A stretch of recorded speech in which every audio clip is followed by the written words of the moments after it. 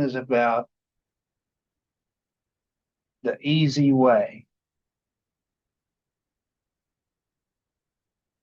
Matthew 16:21 through 28 is our scripture. We'll start out with this, and you have to listen to this close now. William Safire, speechwriter for Richard Nixon and Spiro Agnew, he noticed that there was a new language coming about in the computer business, new lingo called e-speak. For instance, a writer is called a content provider. The strength and depth of the company's senior management is called the bandwidth. The amount of time people spend gazing at the website is called eyeball hang time. The better a content provider you are, the stickier the website will be. The longer eyeball hang time it will attract. And the happier the bandwidth will be with you. Do you follow that? Instead of seeking consensus, they seek mind share. Hardcore refers not to pornography, but a person's intense dedication to the business. Measurements and evaluation standards are called the metrics. But the one thing that drew Safire's attention the most was the term 24/7. Now, question that the boys in the bandwidth are asking, is the new secretary 24/7? Now, this is not a reference to the attractiveness metrics.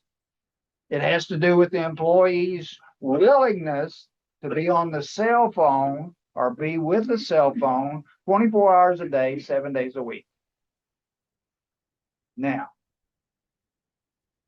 as your lesson provider, which would be me, today, what I want to know is what gets your eyeball hang down? What are you hardcore about? And what, if it does, inspires you to be 24/7? You got all that? It's kind of like a story, young man eager to make it to the top, who went to a well-known millionaire businessman and asked him for the first reason for his success. Why are you so successful? The businessman answered without hesitation. He said, quote, hard work. After a lengthy pause, the young man asked, well, what was the second one? We want to deal this morning with the lure of the easy way. Jesus and his disciples were at Caesarea Philippi.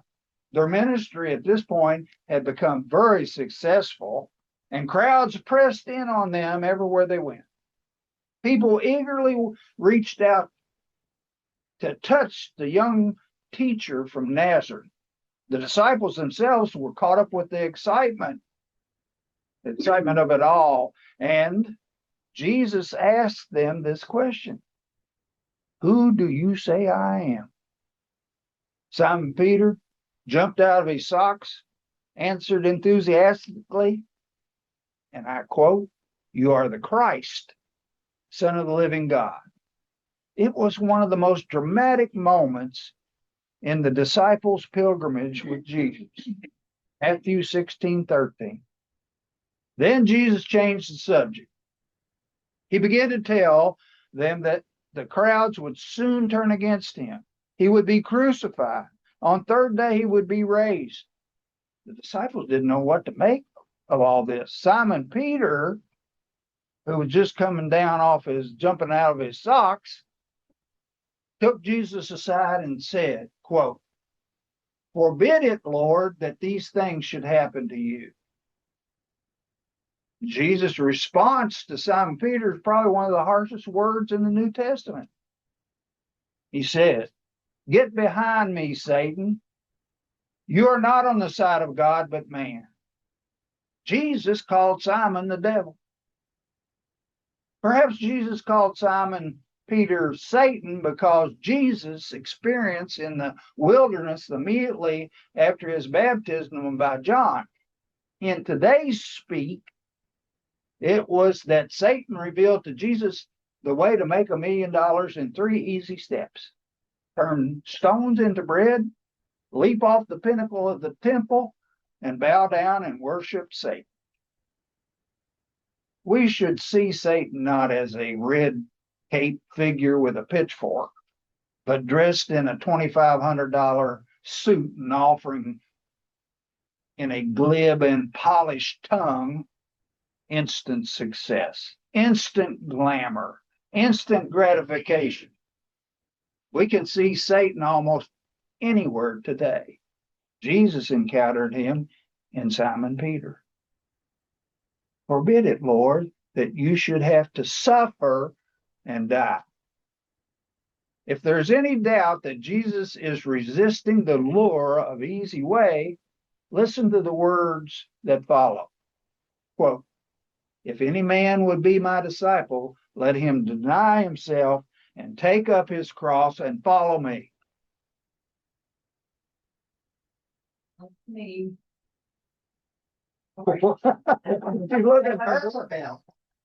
It's my insulin pump. We are devotees of the easy way, even though everyone in this room knows 2 important truths. The path to personal success is that of self-denial. That's number 1. Number 2, self-denial is essential to the salvation of the world. Many of us today are making the mistake of following the easy way. We see it in our family life. Homes are disintegrating because a father and mother decides one day that enough is enough and simply walks out. To be sure, being a parent is hard. Young people dread taking their place in the business world today. That attitude was reflected in a Doonesbury cartoon several years back. I don't know if anybody of you ever read that cartoon, but Zonker Harris, noticing a despondent student coming out of the library, asked, "What's the problem?" Student replied, "It's nothing anybody can do anything about.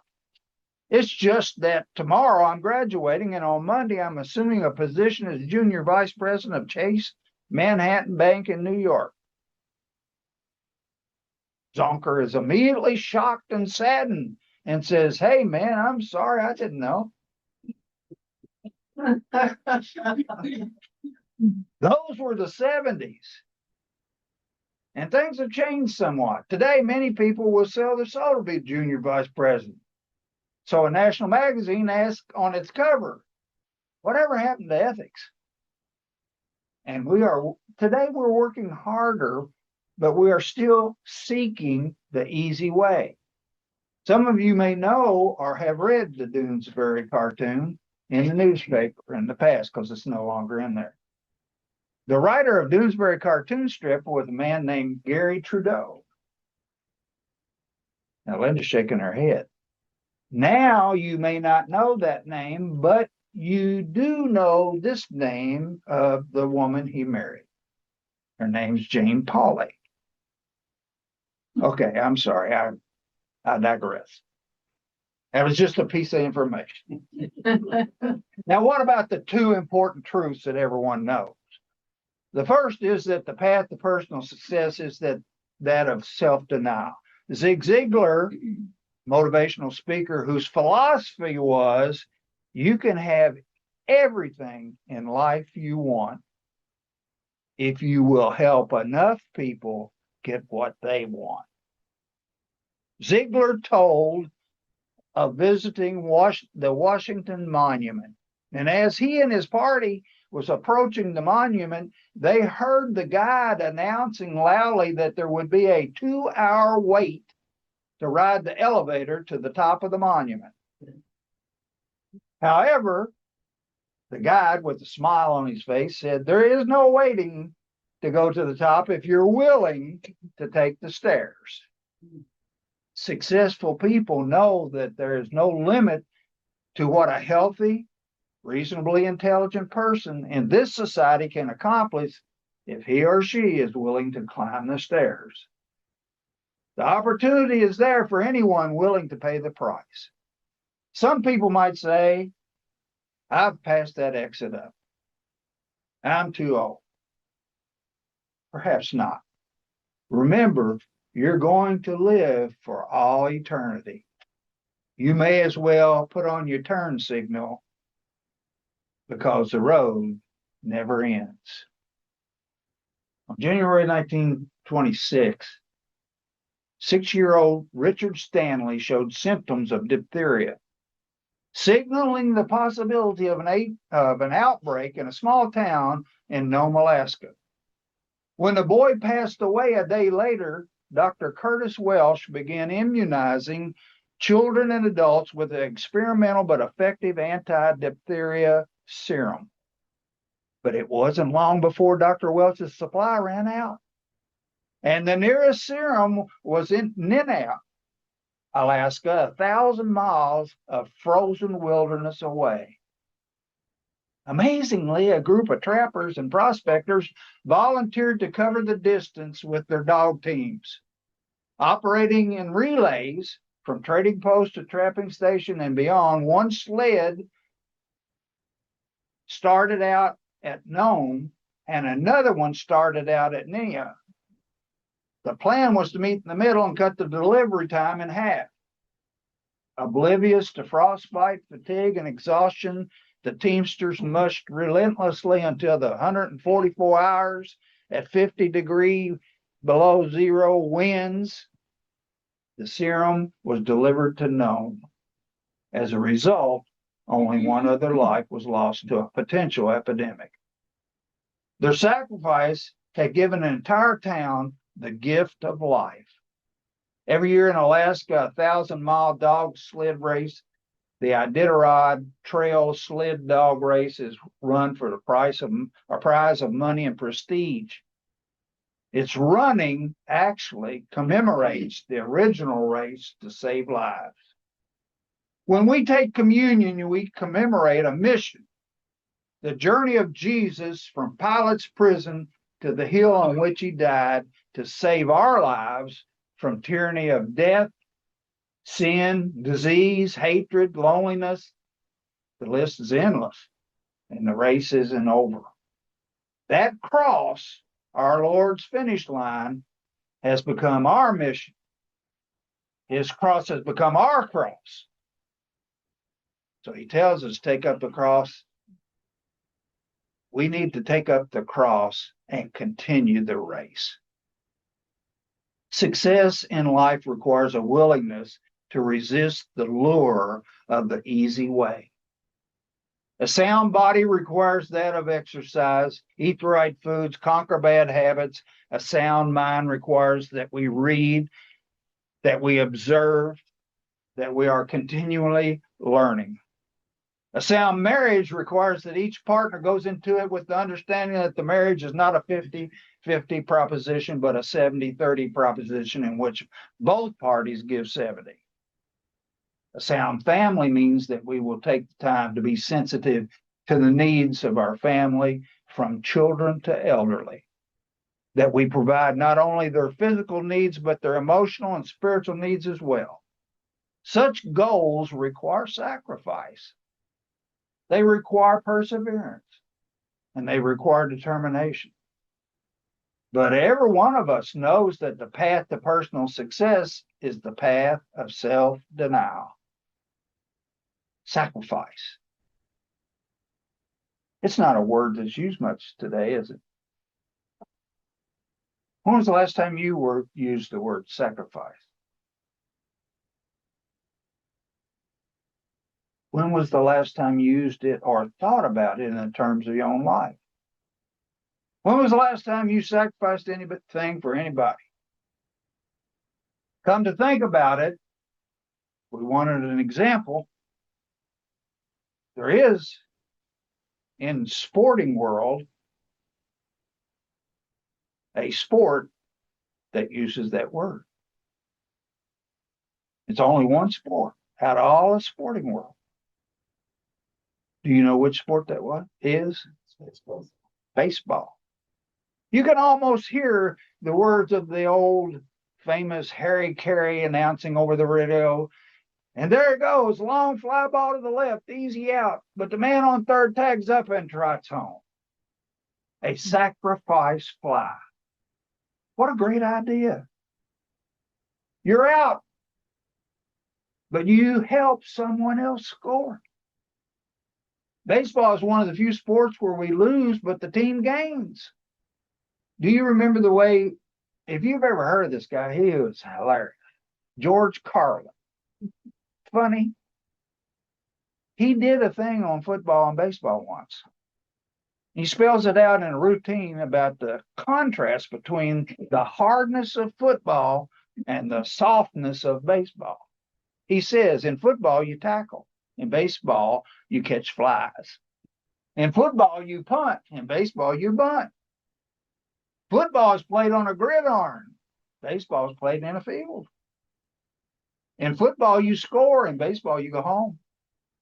In football, you kill whoever has the ball. In baseball, you sacrifice. Baseball may be the only sport where we actually can hear this word.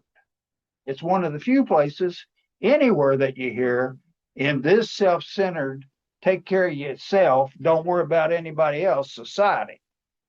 In contrast to football, sacrifice may sound like a sign of weakness. And who would think of the Atlanta Braves or the San Francisco Giants as being weak? Baseball is one thing. Life is quite another. Who sacrifices anything in a time like ours? Who really denies themselves and takes up crosses anymore? Actually, sacrifice can lead to bitterness, especially when you thought you were trusting God's plan for your life and suddenly realize that you have to sacrifice all your greatest hopes and dreams as a burnt offering on the high altar of the providence of God. No wonder we choose the path of least resistance. That's the easy way. Sacrifice is the hard way. We also know this second truth, that self-denial is essential to the salvation of the world. Here is the missing summons for today. Our world faces some of the tremendous challenges. Is there no one who cares enough to act? Some cynic has said, when the going gets tough, everybody leaves. That happened to Jesus. As the way got harder, the numbers of those who followed dwindled until finally he died alone on Calvary.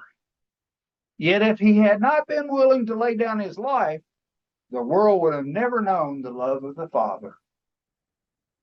If those early disciples had not picked up his cross and followed him after him, we still would not know about the love. And if you and I don't pick up the cross in our time and make those hard choices and assume those difficult responsibilities, our children's children will not know the old story of Jesus and his love. You may know this story. It's about a man named Glenn Cunningham. As a young man, 8 years old, his legs were burned really bad in a fire in school in Kansas. At 8 years old, that schoolhouse burned down. His younger brother died. Although the doctors recommended amputation of his legs, Cunningham begged them to leave them alone. He did lose some toes. However, this determined young man went on to win an Olympic gold medal in the mile. And he was the first to break the 4-minute mile. that record, it was only tenths of a second. That record lasted until Roger Bannister came along and broke it 3 years later. But even more importantly, Glenn Cunningham devoted his life to helping troubled young people. Once his wife asked him, said, Glenn, why do you have to give so much more than what other people give? No one else is doing what we are. And Glenn answered, that's the reason, Ruth. No one else is doing it. If not me, who? You may recall the words of General William Booth, founder of the Salvation Army and a friend to the down and out. 3 months before Booth died, he wrote this: while women weep as they do now, I'll fight. While children go hungry as they do now, I'll fight. While men go to prison in and out as they do now, I'll fight. While there is a drunkard left, while there is a poor lost girl on the streets, while there remains not one dark soul without the light of God, I'll fight. And I'll fight to the very end. Can you imagine Booth writing a book entitled Looking Out for Number One? Doesn't sound like it, does it? What's happened to us? Jesus says, if any man or woman would be my disciple, let him deny himself and take up his cross and follow me. That is the word we desperately need to hear. It is a call. As M. Scott Peck, psychiatrist and author, would phrase it, and you've heard it before, a road less traveled. In Zig Ziglar's analogy is the lonely stairs as opposed to the crowded elevator. Or as Jesus once said, it is the narrow way that only a committed few will pursue. When Chuck Swindoll was a young boy, he was greatly influenced by a Texan who said this: the problem with the Christian life is that it is so daily. It's true. Following Jesus is a lifestyle that builds on past lessons and decisions, but it also depends on our dedication day by day. We cannot live on yesterday's successes, last week's prayers, or Bible stories we heard when we were children. Each day is both a challenge and an opportunity. Our faith will be challenged. We can use that challenge as an opportunity to grow in our relationship with God. Jesus himself said that those who wanted to be his disciples were expected to be in the continual attitude of self-denial and obedience to him. Now here's how the Lord put it: if anyone desires to come after me, let him deny himself, take up his cross daily, follow me. Luke 9:23. As each day unfolds, we must pause and remind ourselves that this is a day dedicated to God, that it is to be used for his glory, and that it is best lived with a continual recollection of what Jesus did for us on the cross. So why not start today? Let's look at life that way. It's a daily commitment. The Christian life is more than just a prayer of faith made in the past.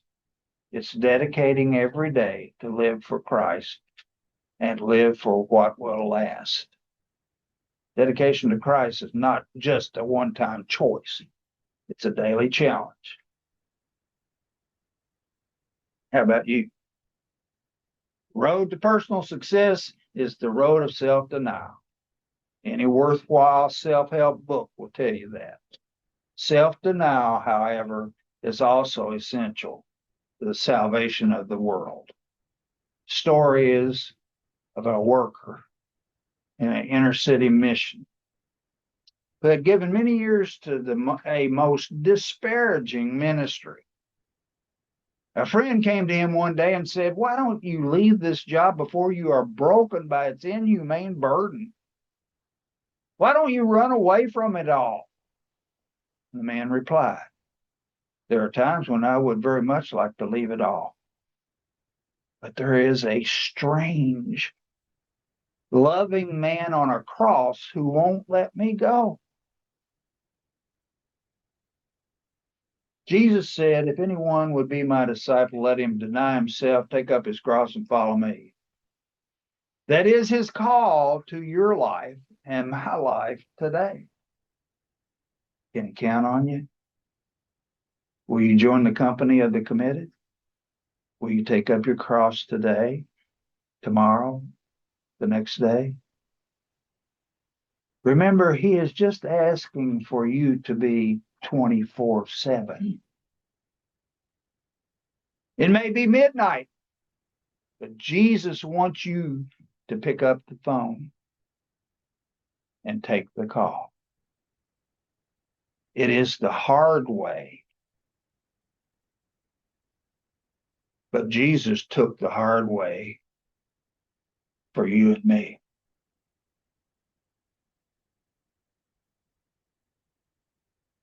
That's all. Thank you, Jesus.